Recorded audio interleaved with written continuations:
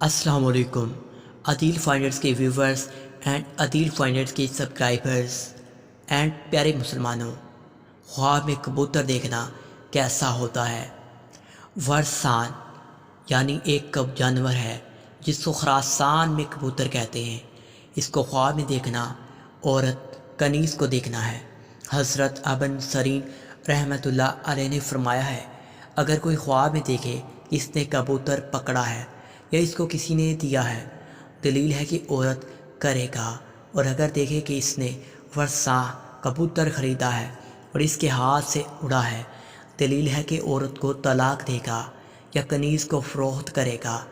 حضرت ابراہیم کرمانی رحمۃ اللہ علیہ نے فرمایا ہے، اگر دیکھے کہ اس نے ورثہ کبوتر خریدا ہے اور اس کا گوشت کھایا ہے، دلیل ہے کہ اسی قدر عورت کا مال ظلم سے کھائے گا، اور اگر دیکھے کہ اس کے پاس بہت سے ورثہ کبوتر ہیں، دلیل ہے کہ بہت سی کنیزیں خریدے گا۔